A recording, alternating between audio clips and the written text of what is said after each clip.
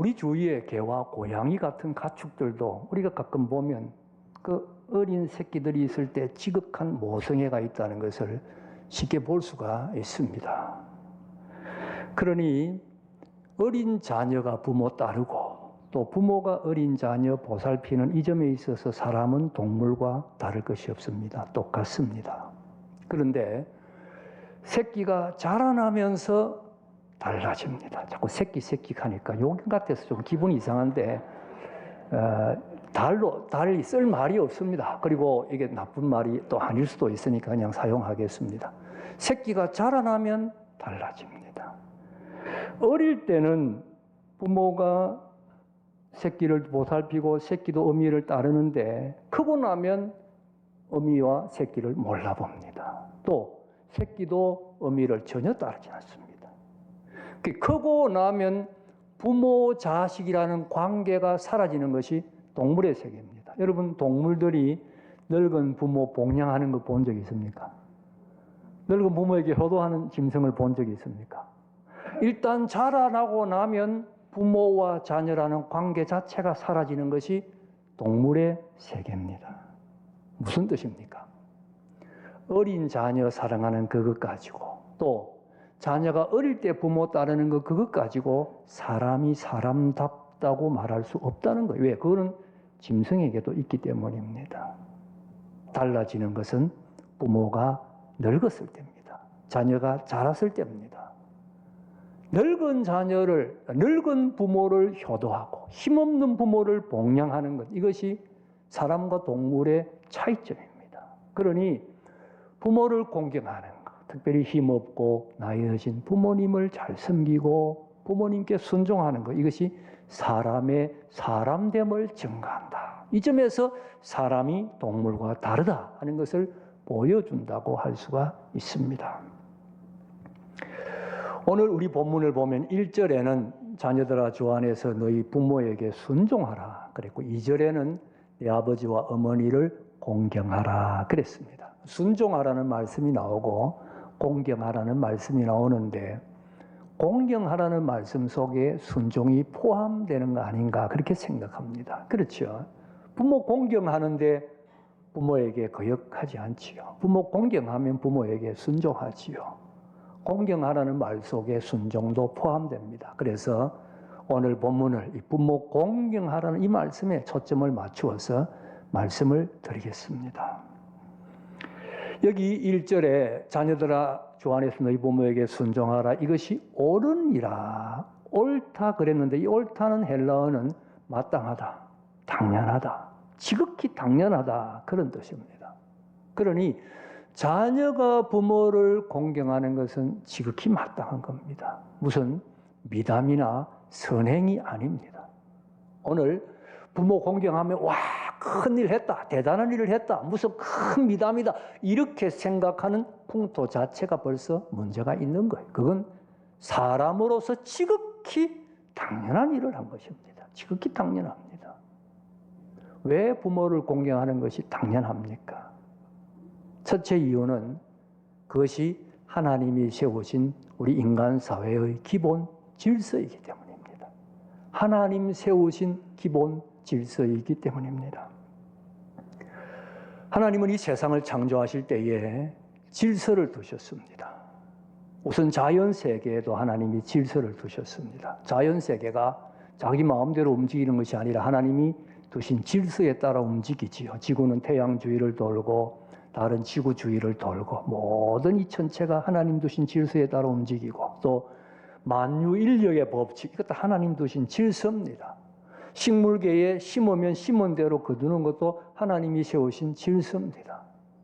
하나님 천지를 창조하실 때 하나님 보시기에 좋았더라. 이 말씀은 단순히 눈에 보이는 세계만 두고 하신 말씀이 아닙니다. 하나님께서 그 속에 두신 질서까지 포함해서 하나님께서 보시기에 좋았더라. 그렇게 말씀을 하신 것입니다.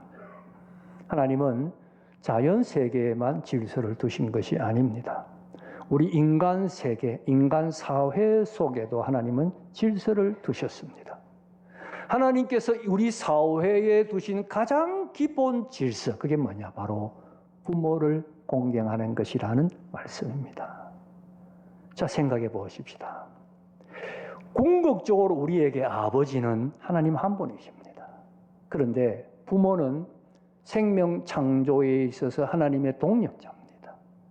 하나님의 뜻을 이룸에 있어서 하나님의 대리자입니다. 이 세상의 아버지는 하나님의 그림자입니다. 따라서 부모를 공경하는 것, 그것은 하나님을 공경하는 것입니다. 그래서 하나님은 부모 공경을 이 사회의 모든 질서의 기초가 되도록 하신 것입니다. 부모 공경을 기초로 이 사회의 질서를 하나님이 세우셨습니다. 이 질서라는 말은 인간은 모두가 평등하다, 인권에 있어 평등하다 하는 이 민주주의 원칙을 부정하는 말이 아닙니다. 모든 인간은 인권적으로 평등합니다. 그러나 우리 사회가 제대로 움직이고 조직이 기능을 발휘하기 위해서는 그 사회 조직 안에 위와 아래라는 질서가 있어야 됩니다. 가정의 부모, 자녀 사이에 질서가 있고 학교의 선생님과 학생 사이에 질서가 세워져야 됩니다. 어떤 단체나 사회에도 윗사람, 아랫사람 질서가 있어야 됩니다. 또 일을 맡은 사람, 권한을 가진 사람과 일을 맡지 않은 사람 사이에도 질서가 있어야 됩니다. 이 질서가 무너지면 사회가 제대로 기능을 다할 수가 없습니다. 그런데 지금 우리 사회는 이 질서가 무너지고 있습니다. 선생님과 학생 사이의 질서가 무너지고 있고 어떤 단체나 조직의 윗사람과 아랫사람 사이의 질서가 무너지고 있습니다. 일을 맡은 사람이 돈을 받고 이해관계 때문에 자기에게 주은 질서와 권한을 지키지 못하고 있습니다. 그래서 이 사회가 지금 어지러운 겁니다. 어디서부터 문제를 해결해야 됩니까? 가정에서부터, 부모와 사이의 질서에서부터 먼저 문제를 해결해야 됩니다.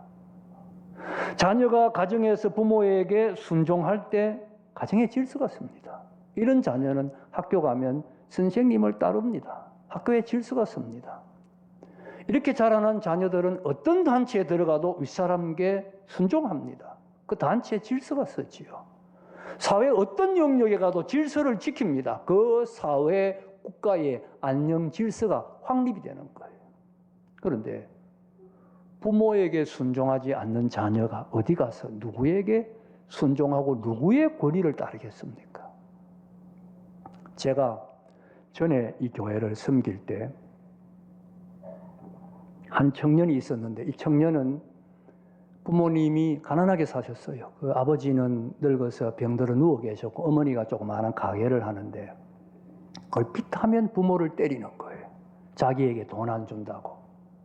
결혼까지 한 자녀인데 무의도식하면서 이 청년이 부모 누워있는 아버지를 발로 차고 때리고 조그마한 집 하나인데 그거 팔아가지고 자기한테 안 준다고 그렇게 부모를 학대하고 부모를 핍박하는 겁니다. 우리가 이런 사람을 폐륜아라고 그러죠. 폐륜아. 폐륜아라는 말의 뜻은 사회의 가장 기본 질서를 안 지키는 사람이다. 그런 뜻입니다. 그 가장 기본 질서가 뭡니까? 부모 공경이잖아요. 이게 걸핏하면 교도소에 갔다 오는데 소용이 없습니다. 부모를 공경하지 않고 부모를 발로 차는 이런 자녀가 어디 가서 누구에게 순종하겠습니까? 모든 질서가 그에게는 소용이 없는 것이에요. 이 질서를 세우는 데는 부모에게도 책임이 있습니다. 부모가 어릴 때부터 자녀를 질서 있게 가르쳐야 됩니다. 질서를 가르쳐야 됩니다. 제가 어떤 책을 보니까요. 요즘 우리 자녀들이 질서 없이 자라는 데는 아버지의 책임이 크다. 그렇게 쓰는 책을 보고 좀 공감을 한 적이 있습니다. 이유가 뭐냐 하니까 아버지가 너무 바쁘니까 아이 일어나기 전에 출근해 버립니다. 집에 퇴근하면 아이는 잠들어요. 그러니까 아이를 키우면서 아버지가 아이 볼 시간이 없는 거예요. 그러다가 주말에 보니까 오래간만에 보니까 얼마나 이쁩니까, 여러분? 저도 오래간만에 손자 보면 이쁜데 이 아버지가 오래간만에 아이를 보니까 정말 귀엽고 이쁘니까 잘못해도 꾸중을 할 수 없는 거예요. 그러니 이 아이가 잘못하면 엄마한테 꾸지름 듣고 아버지 품으로 도망가는 겁니다. 세상에 거꾸로 돼도 한참 거꾸로 된 거예요. 이 질서가 무너지는 겁니다. 자녀를 이렇게 키워놓으면 이 자녀가 커서도 부모의 권위에 순복하지 않습니다. 어릴 때부터 질서 있게 길러야 됩니다. 자녀 사랑하지 말라는 이야기 아니에요. 친구 되어주지 말라는 이야기 아닙니다. 친구 되어줘야 됩니다. 사랑해야 됩니다. 가까워져야 됩니다. 그러나 하나님이 세우신 질서를 무너뜨리면 안 됩니다.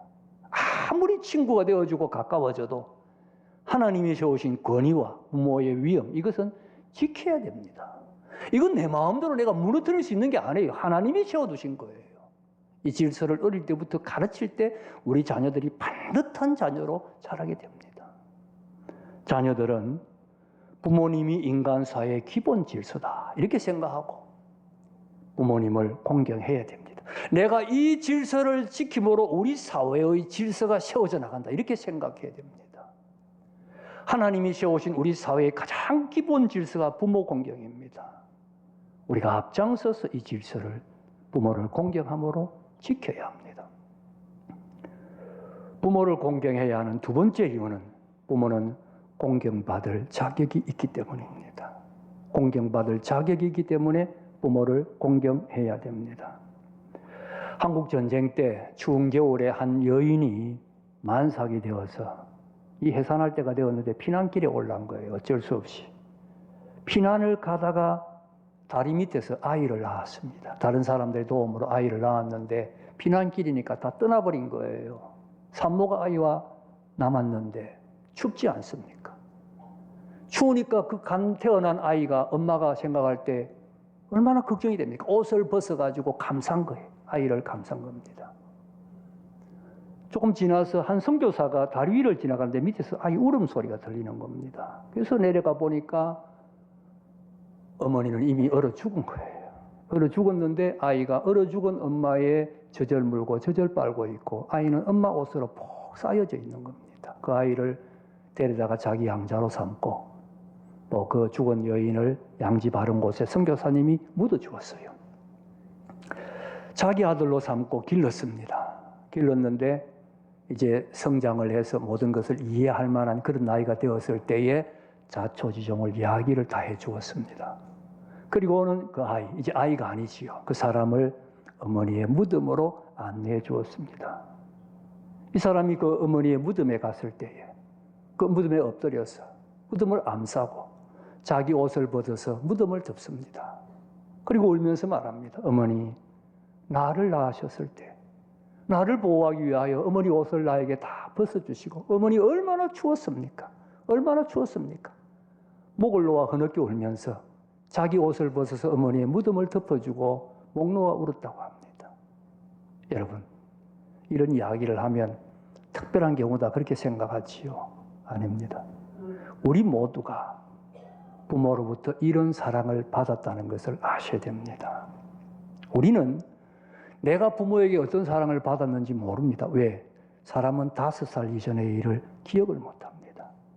기억을 못하잖아요. 그때 나는 부모로부터 사랑을 받은 겁니다. 이 사랑을 알 수 있는 방법이 있어요. 내가 내 자녀에게 하는 거 생각해 보십시오. 내 자녀 기를 때 내가 얼마나 사랑했고 얼마나 좋아했고 얼마나 위하여 헌신하고 얼마나 위하여 희생했는가. 내 부모가 나에게 똑같이 한 겁니다. 간단합니다. 내가 내 자녀에게 하는 그거 내 부모가 나에게 똑같이 하셨어요. 간단합니다. 죄송합니다마는 제 딸이 손자 기르는 것을 보면서 우리가 제 아내와 함께 아이들 기른 것을 생각해 보았습니다. 신기한 것은요, 힘들었던 건 하나도 생각이 안 납니다. 즐거웠던 것만, 즐거운 것만 생각하지 힘든 것도 하나도 생각이 안 나는 거예요. 수고한 것이. 여러분, 수고가 없었겠습니까? 딸을 보니까 수고가 있어요. 제 딸을 보니까 아이가 태어나니까 꼼짝을 못해요. 24시간을 돌봐줘야 됩니다. 잠도 같이 자야 되고 잠 깨면 같이 깨야 되고 아프면 병원에 데려가고 주사 맞고 보면 울고 그래요. 그렇게 정성껏 돌봐요. 저와 제 아내라고 그렇게 하지 아니겠습니까?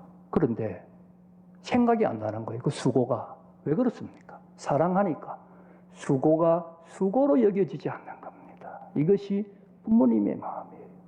수고했는데 하나도 수고로 여겨지지가 아니에요. 5살까지 키우면 끝나는 겁니까? 그 다음에 학교 보내고 밥 먹여주고 입혀주고 학비 대어주고 또 기도해주고 모태신앙인 사람들은 부모로부터 믿음도 물려받았지 않습니까? 저는 결혼하면 끝나는 줄 알았어요. 결혼하도 끝나는 게 아니에요. 여기 자녀들 결혼하신 부모님 다 합니다. 결혼해도 계속 자녀들 생각합니다. 잘 사는가 걱정하고 염려하고 관심 가지고, 자녀들이 행복하면 부모 행복하고, 자녀들이 불행하면 부모 불행합니다. 이것이 부모님의 마음이에요. 죽을 때까지 부모님은 자녀 생각을 놓지 못해요. 이게 부모의 은혜입니다. 자, 그렇다면 여러분, 사람은 은혜에 보답할 줄 아는 존재이지 않습니까? 이런 큰 은혜를 받았으면 조금이라도 보답을 해야지요. 그게 부모 공경이지 않겠어요? 은혜를 모르면 사람이 아닙니다. 사람은 은혜를 보답할 줄 압니다. 부모에게 큰 은혜를 받았기 때문에 그 부모님 공경하고 부모님 잘 섬겨야 합니다. 세 번째로 부모 공경해야 되는 이유는 부모 공경 하나님의 명령이기 때문입니다. 오늘 본문에 하나님이 말씀하십니다. 자녀들아, 주 안에서 너희 부모에게 순종하라. 하나님 명령입니다. 2절에는 너희 아버지와 어머니를 공경하라. 하나님의 명령입니다. 하나님께서 명령하고 계십니다. 우리 본문 2절은 특별히 이 구약의 10계명 5계명의 인용이에요. 인용. 여러분, 10계명 5계명이 뭡니까? 내 부모를 공경하라. 그리하면 나 여호와가 내게 준 땅에서 내 생명이 길리라. 이 5계명은 가만히 보면 하나님께서 부모 공경을 얼마나 중요하게 생각하고 있는가를 잘 보여줍니다. 10계명은 앞에 있을수록 크고 중요한 계명입니다. 그래서 거짓말하지 말라는 계명보다 도둑질하지 말라는 계명이 앞에 있고, 도둑질하지 말라는 계명보다 간음하지 말라는 계명이 더 앞에 있습니다. 간음하지 말라는 계명보다 더 앞에 있는 계명이 살인하지 말라는 계명입니다. 그래서 일반적으로 세상에서도 살인이 제일 큰 죄입니다. 특별한 경우를 제외하고는 살인이 제일 큰 죄입니다. 그런데 10계명에 살인하지 말라는 계명보다 더 앞에 있는 계명이 부모 공경하라는 계명입니다. 그러니 하나님 보실 때 부모 공경하지 아니하면 이건 살인하는 것보다 더 큰 죄라는 거예요. 하나님은 살인할 때보다 더 노엽게 생각하신다는 것이지요. 부모 공경이 살인하지 말라는 계명보다 더 큰 계명입니다. 그런데 오늘 우리 교회에서 이 지극히 당연한 일이 잘 이루어지지 않고 있습니다. 부모 공경할 마음이 안 난다는 거예요. 사실 부모 공경 힘들 때가 있습니다. 나이가 드시면 이치에 맞지 않는 말도 할 수가 있고, 또 뭐 별거 아닌 걸로 섭섭하게 생각할 수도 있고, 어떤 때는 정말 답답하고 힘들 때가 있는 것도 사실입니다. 한 믿음 좋은 며느리가 아주 독한 시어머니를 모시고 살았습니다. 시어머니가 늘 핍박하는데도 이 며느리는 기도하고, 시어머니를 위하여 기도하고 눈물로 기도하고, 그리고 찬송가 342장을 혼자 부르면서 힘을 얻었습니다. 342장은 너 시험을 당해 범죄치 말고 너 용기를 다해 널 물리치라. 너 시험을 이겨 새 힘을 얻고 한 이 찬송이 시험을 당해, 이 시어머니의 핍박을 시험이라 생각하고 이 찬송을 부르면서 힘을 얻었습니다. 한 번은 구역원들이 그 시어머니에게 전도를 하러 갔어요. 할머니, 예수 믿으시지요? 교회 나오세요. 며느님이 할머니 위하여 얼마나 기도하는지 많이 하는지 모릅니다. 며느님이 눈물로 기도하고 있습니다. 할머니 교회 나오시지요? 할머니 대답이, 며느리, 그거 손 왕래숭 뜨는 거야. 왕래숭. 내가 기도할 때 봤는데 뭐 이 시어미를 이기자는 노래만 부르던데. 깜짝 놀랐어요. 집사님이, 아니 시어미를 이기자는 노래를 부르다니요. 그게 무슨 말입니까? 그 뭐라더라? 너 시어미를 당해 범죄치 말고 너 용기를 다해 널 물리쳐라. 너 시어미를 이겨 새 힘을 얻고. 이런 경우 부모 공경 쉽지 않지요. 그래서 사도 바울이 그런 경우를 생각하고 우리 본문에 또 하나의 말씀을 했습니다. 그게 주 안에서라는 말이에요. 구약에 없던 말을 여기 하나 넣은 겁니다. 주 안에서.